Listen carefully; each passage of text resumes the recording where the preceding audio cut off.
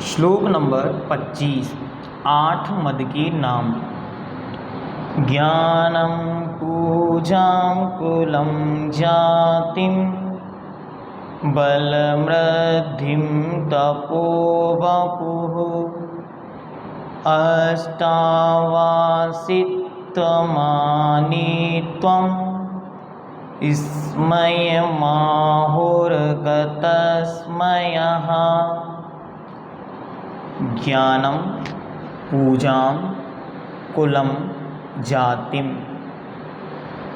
बलं रिद्धिं तपो वपुः अष्टावासित्यमानित्वं स्मयमाहुर्गतस्मयः।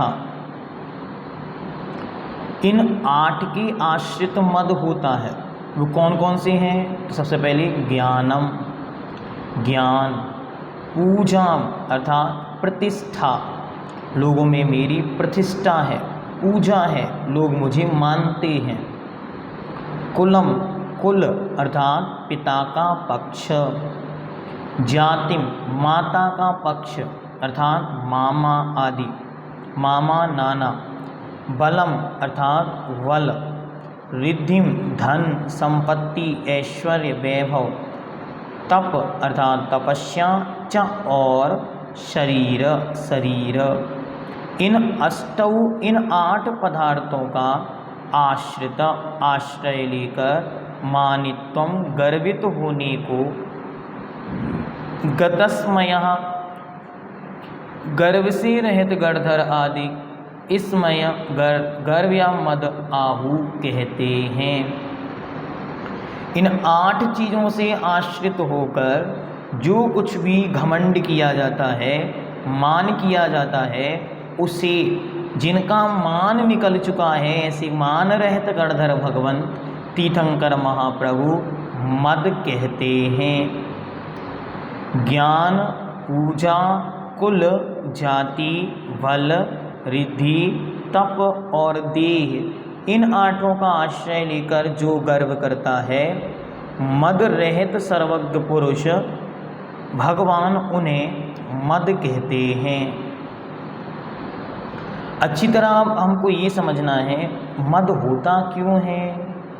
तो जब जीव अपने निजी स्वभाव को नहीं जानता, वास्तविकता में मैं कौन हूँ, अरे मैं तो आत्मा हूँ, मैं तो जीव हूँ, मैं ये देह या शरीर नहीं हूँ। जब मैं ये हूँ नहीं तो फिर इनके निमित्त से होने वाले राग द्वेष मद घमंड कैसा? इनके उत्थान में उठना नहीं और इनके नष्ट होने पर विलखना नहीं। पुण्य पाप फल माही हरक विलखो मत भाई, यह पुद्गल पर जाए उपजी बिन से थिर नाही। ये उत्पन्न होती है, नष्ट होती है, स्थिर नहीं है। ऐसी है ये पुद्गल की पर्याय। इसलिए आचार्य अच्छी तरह समझा रहे, इन 8 के आश्रित रहकर देखो ज्ञान है। जब ज्ञान का मद आए तो साक्षात केवली भगवान की ओर दृष्टि करें। पूर्व आचार्यों को देखें, क्या उनके ज्ञान का पारावार था।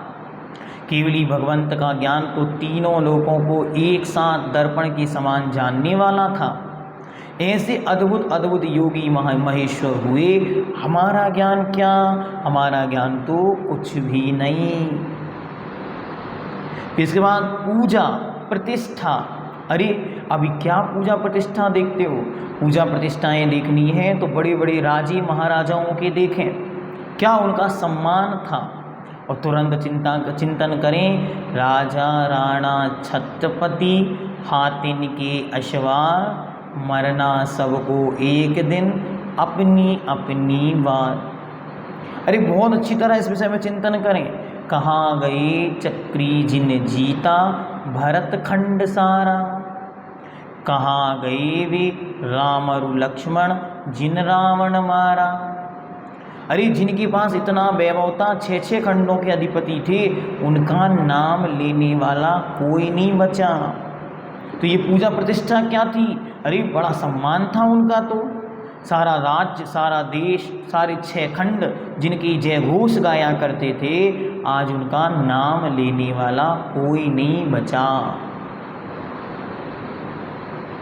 फिर कहते हैं कुलम, कुल मतलब पिता का पक्ष।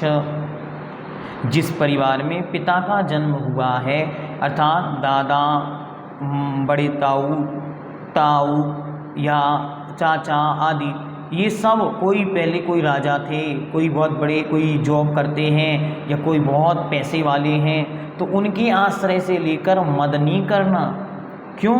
कुल तो वह श्रेष्ठ है जिसमें तीर्थंकर जन्मते हैं। कुल तो वह श्रेष्ठ है जिनमें वीतरागी निर्ग्रंथ परम दिगंबर मुनि महाराज जन्मे हों।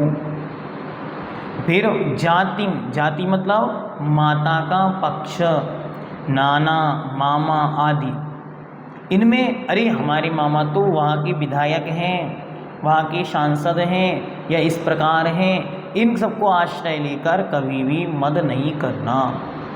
फिर आगे कहते हैं बलम, अर्थात शक्ति। देखो क्या मेरे पास शक्ति है, एक फूंक मारूंगा उड़ जाएगा। कभी मद आए तो साक्षात हनुमान के रूप को देखो। क्या? हनुमान नाम की जो कामदेव भगवान मुनि सुब्रतनाथ स्वामी के काल में हुए, क्या शक्तिशाली थे। बालक अवस्थाएं, एक दिन का बालक कहाँ विमान में से ऊपर से नीचे गिरता है, जिस शिला पर गिरा वह शिला चकनाचूर हो गई। रिद्धि, रिद्धि मर्दा धन, संपत्ति, रुपया, पैसा, गाड़ी, घोड़ा, बंगला आदि। अरे इन सब का मद क्या करते हो? कहाँ गए रुक्मणी सतभामा अरु संपत्ति सगरी? अरे कहाँ गए वे रंग महल अरु सुमरण की नगरी? अरे सोने की नगरियाँ बनाई थी द्वारिका जैसी, कहाँ गई वे? दिखाई नहीं पड़ती। भोग विलास के लिए कितने बड़े बड़े महलों का निर्माण करने वाले आज महल खंडर पड़े हैं, उनमें दीपक जलाने वाला कोई नहीं बचा।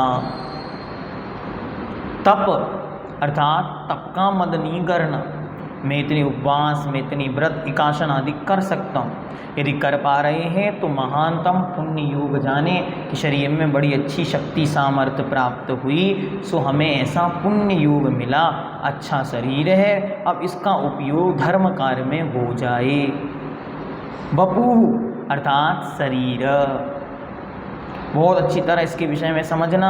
रंग रूप, सांवला, गोरा, सफ़ेद बाल, काले बाल, आँखें, ना जाने कितने रूपों को लेकर आप सब मद को प्राप्त हो रहे हैं।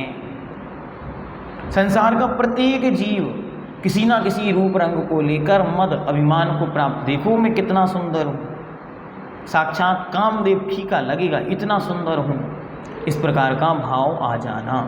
ये सब इन 8 के आश्रय से यदि कोई मद करता है, घमंड करता है, अहंकार करता है, सो वह मद कहलाता है। अच्छी तरह समझना कि ये 8 ही नहीं है, बल्कि ऐसे और भी जितने परिणाम हैं वे सब इसी के अंदर समाहित हो जाते हैं। और अगर अच्छी तरह देखा जाए तो इन 8 के अलावा अन्य कुछ है ही नहीं, ये 8 ही मद हैं जिनसे सारे के सारे अन्य मद उत्पन्न होते हैं या उनकी परंपरा निरंतर बनी रहती है। अगर ये मद किए तो क्या होगा? सम्यक दर्शन दूषित होगा। इसलिए इन 8 मदों से सदा के लिए दूर हटना है। अस्मया मदों से दूर हटना है। कैसे हटें? बार बार तत्व निर्णय की ओर दृष्टि लेकर जाएं। मैं देह नहीं, मैं आत्मा हूँ। नव्यत्थि मज्ज किंचवी अन्नम परमाणु मित्तम पी। एक परमाणु मात्र भी अन्य वस्तु, अन्य पदार्थ मेरा नहीं है। मैं इनसे भिन्न अन्य कुछ और हूँ। न ये मेरे हैं न मैं इनका हूँ। ये मुझसे भिन्न है, मैं इनसे भिन्न हूँ। अगर ऐसा चिंतन अच्छी तरह हमारी बुद्धि में आ जाए कि ज्ञान आदि के विषय में विचार करें, ये मति ज्ञान आदि छायोपशम ज्ञान है, अरे एक क्षण में विस्मृत हो जाएगा सब कुछ। कि आपने देखा होगा कितने जीव डिप्रेशन में चले जाते, सब भूल गए, कोमा में चले गए, सब भूल गए, क्या है? मति ज्ञान का क्षयोपशम। विचार करना अच्छी तरह, आज मिला है इसका हम सदुपयोग करें, अच्छा प्रयोग करें, जिससे स्वपर कल्याण का मार्ग खुले।